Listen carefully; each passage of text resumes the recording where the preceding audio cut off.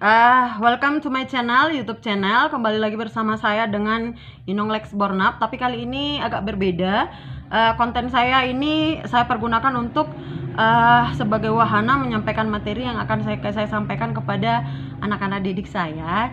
Jadi mohon maaf sebelumnya kalau YouTube channel saya ini saya pakai untuk menyampaikan materi, berhubung karena saat ini pemerintah menginstruksikan kita harus belajar dari rumah melalui daring online.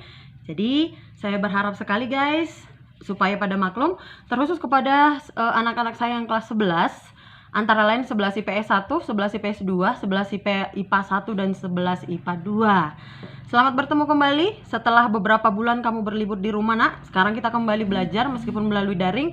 Inong berharap kamu banyak belajar tentang kejadian yang terjadi saat ini, dan kamu pergunakan waktu yang sebaik-baiknya, bersyukur tentang apa yang diberikan Tuhan untuk hari ini. Kamu masih diberi kesempatan meskipun belajar melalui dari rumah, tetapi pergunakan waktu ini dengan sebaik-baiknya. Oke, untuk topik bahasan kita yang pertama untuk semester gasal atau semester yang pertama adalah mengenai teks prosedur. Oke, biar tidak memakan waktu. Teks prosedur itu sebenarnya adalah teks yang termasuk ke dalam jenis paragraf berdasarkan isi dan tujuan ya. Seperti kamu yang telah pelajari waktu kelas 10, Inong sudah terangkan itu beberapa kali. Paragraf itu bisa kita bagi menjadi dua bagian, ada berdasarkan isi dan ada berdasarkan tujuan. Berdasarkan isi itu ada dia berupa deduksi, induksi, variatif gitu ya. Ada yang kata kalimat utamanya di awal, kalimat utamanya di akhir, kalimat utamanya yang berada di awal dan berada di akhir. Terus yang berdasarkan isi, tujuan itu, paragraf itu ada 5, ada narasi, deskripsi, argumentasi, eksposisi, persuasif. Jadi ada 5. Sebenarnya ini bagian dari situ sebenarnya ya, teks prosedur, tetapi kita lebih spesifik tentang teks prosedurnya. Nah, apa yang dimaksud dengan teks prosedur? Teks prosedur itu adalah teks yang berisi cara, tujuan untuk membuat atau melakukan sesuatu hal dengan langkah demi langkah yang tepat secara berurutan sehingga menghasilkan suatu tujuan yang diinginkan. Teks prosedur itu biasanya terdapat pada tulisan yang mengandung cara atau yang mengandung proses, tips atau tutorial melakukan langkah tertentu. Di dalam teks prosedur terdapat kata, biasanya kata imperatif. Nah, kamu tahu dong apa yang dimaksud dengan kata imperatif atau kalimat imperatif? Tak perlu lagi Nong jelaskan ya. Karena kenapa? Kalimat imperatif itu maksudnya adalah kata perintah atau kalimat perintah. Kalimat yang memerintahkan seseorang itu melakukan sesuatu. Terus yang biasanya gue di dalamnya itu terdapat kata interrogatif. Interrogatif itu apa? Kamu juga pastinya udah tahu semester 2 kelas 10 kita sudah mempelajari mengenai jenis-jenis kalimat interrogatif. Kalimat interrogatif itu yang di dalamnya itu terdapat pertanyaan ya. Jadi ada pertanyaan-pertanyaan yang harus kita jawab melalui proses, melalui langkah-langkah yang mau kita lakukan. Nah, tujuannya adalah menunjukkan atau menjelaskan bagaimana mengerjakan sesuatu dengan langkah-langkah yang urut dan memudahkan pembaca maupun pendengar untuk mengikuti langkah atau perintah dari isi teks sehingga sesuai keinginan pembaca ataupun pendengar. Ya, jadi tujuannya untuk itu supaya kita dapat menjelaskan bagaimana mengerjakan sesuatu yang ada prosesnya, yang ada langkah-langkahnya. Nah, ada beberapa macam-macam teks prosedur. Yang pertama itu adalah teks prosedur sederhana. Namanya juga sudah sederhana, berarti simpel, ya kan?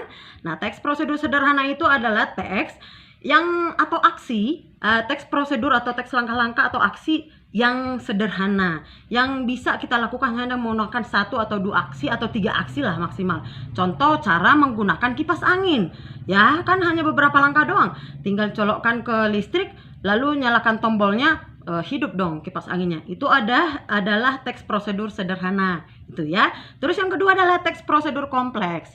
Berbeda dengan teks prosedur sederhana, berarti ini kebalikannya. Teks prosedur kompleks itu berarti di dalamnya itu ada langkah-langkah yang lebih rumit ya, atau langkah-langkah yang banyak. Contohnya proses pengurusan KTP atau proses pengurusan akte lahir atau proses untuk membuat obat, kan banyak tuh prosesnya, itu ribet, itu rumit. Nah, itu dinamakan dengan teks prosedur kompleks. Nah, yang ketiga adalah teks prosedur protokol. Teks prosedur protokol itu adalah cara langkah-langkah yang tidak terlalu rumit caranya sehingga mudah dipahami ya. Meskipun sebenarnya di sana agak banyak langkah-langkahnya tetapi mudah dipahami. Jadi ada protokolnya gitu. Ada yang membimbing gitu supaya kita cepat memahami. Nah, itu yang dimaksud dengan teks prosedur protokol. Nah, ada beberapa ciri-ciri teks prosedur. Yang pertama adalah pastinya dong berisikan langkah-langkah. Ya enggak? Kan proses.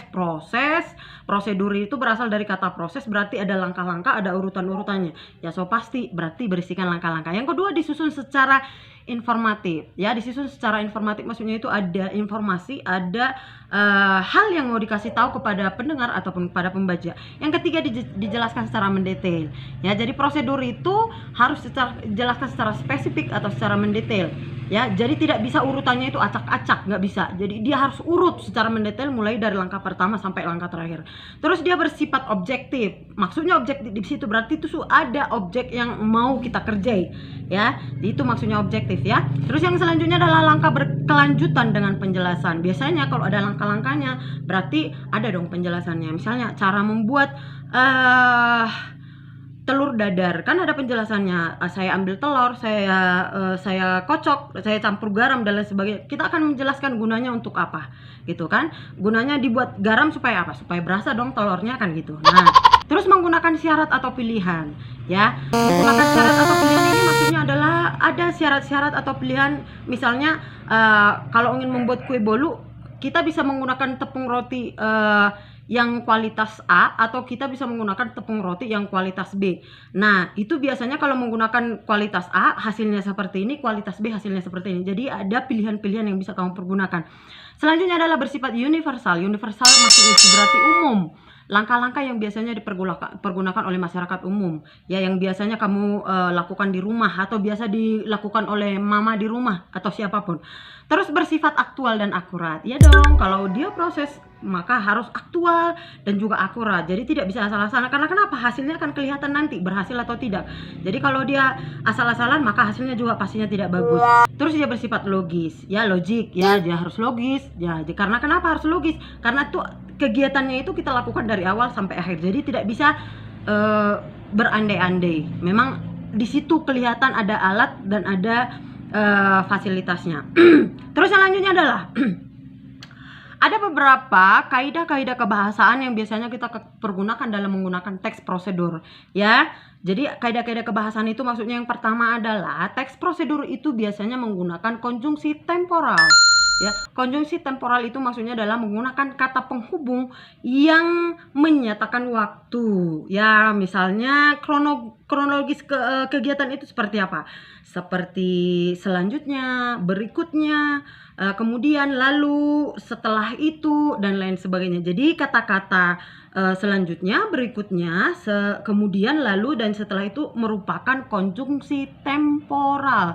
Tempo itu artinya kan waktu. Jadi konjungsi kata penghubung yang ada keterangan waktunya di situ. Terus yang kedua adalah kaidah kebahasaan dalam menggunakan teks prosedur adalah menggunakan kata kerja imperatif. Tadi udah Inung jelaskan di awal, imperatif itu berarti adalah kata perintah. Ya, kata perintah. Jadi kita disuruh untuk melakukan sesuatu atau mengulangi kegiatan yang kita buat itu supaya diulangi oleh orang lain atau pendengar. Terus selanjutnya adalah verba material dan verba tingkah laku.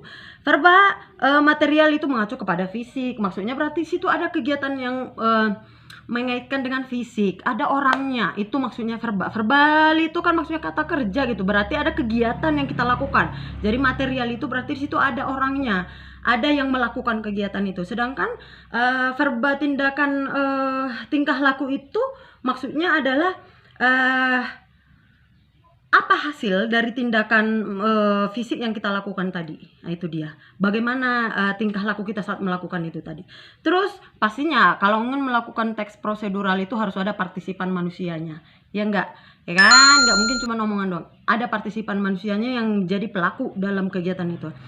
Terus terdapat bilangan sebagai penanda urutan. Biasanya itu ada bilangan, misalnya 1, yang pertama, yang kedua, yang ketiga, yang keempat, dan lain sebagainya. Jadi ada penanda urutan dia, bilangan, biasanya bilangan yang pertama, yang kedua, selanjutnya setelah itu kan menyatakan bilangan tuh. Nah, itu dia. Terus terdapat kalimat interrogatif. Kalimat interrogatif itu adalah kalimat yang berupa pertanyaan. Bagaimana caranya membuat kue bolu yang enak? Nah, Nah, itu kan interrogatif. Nah, harus ada jawabannya. Berdasarkan apa? Melalui kegiatan teks prosedural yang mau kita lakukan itu. Terus terdapat kalimat deklaratif. Nah, deklaratif itu adalah pernyataan, pemberitahuan. Itu jawaban dari kalimat interrogatif itu tadi, ya. Kalau ada pertanyaan, maka harus ada jawaban. Itu dia. Jadi harus terdapat kalimat deklaratif untuk menjawab pertanyaan-pertanyaan yang tadi. Nah, itu mengenai teks prosedural ya. Gampang ya anak-anak sekalian, kamu tinggal mempraktekannya di rumah. Nah, contoh teks prosedur yang mau Inong kasih tahu sekarang adalah misal cara membuat telur ceplok. Ya, cara membuat telur ceplok. Nah, yang pertama adalah harus ada alat dan bahan. Alat dan bahan yang diperlukan yang pertama telur, yang kedua minyak, yang ketiga penggorengan, yang keempat garam. Cara kerja atau cara membuat telur ceplok. Yang pertama, panaskan minyak dalam penggorengan. Yang kedua, pecahkan telur di atas penggorengan dan beri sedikit garam. Yang ketiga, balik telur hingga kedua sisi matang. Yang keempat, siap dihidangkan. Nah, kamu bisa membuat contoh-contoh teks prosedur yang lain. Misalnya cara membuat nasi goreng liwet, atau cara membuat ikan gurami bakar, atau misalnya cara membuat supaya rambut hitam berkilau. Nah, itu termasuk salah satu kegiatan yang mengacu kepada teks prosedur, ya. Nah, Inong harap kamu bisa melakukannya di rumah karena gampang sekali, ya. Kamu bisa mempraktekannya. Sambil kamu mempraktekannya, kamu sambil bisa menuliskannya nanti di dalam bukumu. Nah, untuk itu kamu Inong tugaskan untuk melakukan kegiatan prosedur dengan langkah-langkah kegiatan yang seperti Inong jelaskan tadi. Terus kamu tulis secara rapi di kertas HPS, lalu kirimkan ke grup atau bisa kamu antarkan ke sekolah secara langsung. Ya, ingat tadi dalam teks prosedur itu harus memiliki ciri imperatif, interrogatif, terus deklaratif, terus ada verba materialnya, ada verba tingkah laku, ada konjungsi temporalnya. Oke, Inong harap kamu bisa belajar dengan tekun di rumah. Pergunakan waktu dengan sebaik-baiknya, bantu orang tua, tetap berserah diri kepada Tuhan, belajar dengan bagus-bagus. Itu aja yang bisa Inong sampaikan. Salam sehat, Horas Mauliate.